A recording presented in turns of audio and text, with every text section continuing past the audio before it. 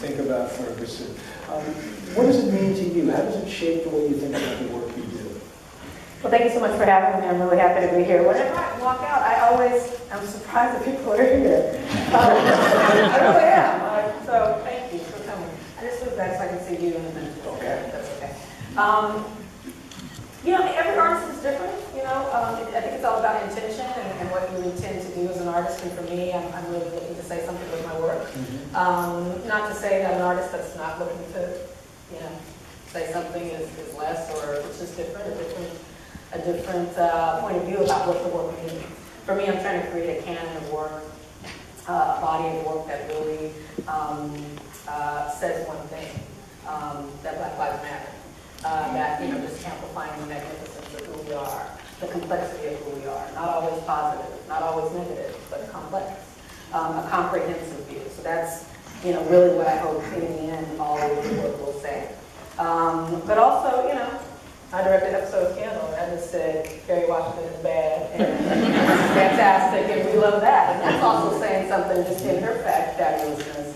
So I think, you know, to relegate artists to have to do one thing or another, it gets into tricky territory. You know, I'm not above doing something just for fun. But overall, with the film work most especially, because it's so rigorous, and it's so, you know, all-consuming. You know, that really, I can't see myself working on something that doesn't really mean something to my heart. Yeah. Well then, let's talk a little bit about some of your work, because what struck me is I've thought a lot about how you try to make sure you're doing complete depictions of the African American experience, the people you deal with.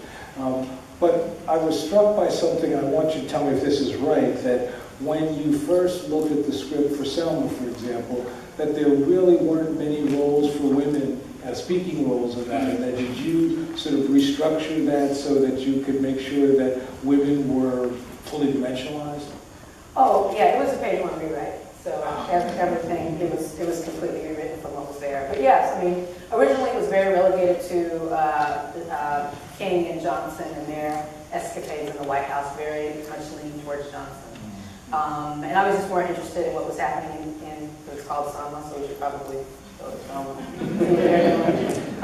So, you know, very much steeping it in you know, what was happening in the Black community's response to it. And then also just the shades, the different variations of how Black folk were responding within the movement, that we were not a monolith, that everyone didn't just line up behind King in lockstep and do what he wanted, that there was, you know, a difference of opinion, a difference of ideas, a difference of, you know, in the thought about how to pursue it. And I was really interested in the strategic endeavor that it was, and just showing Black people thinking about how to solve this problem and what to do and how to kind of come to consensus on these ideas. So that was what I went in wanting to do, just from what I found interesting about the movement in that time, and just try to insert as much Black liberation theory as I can before people notice that I'm like, what?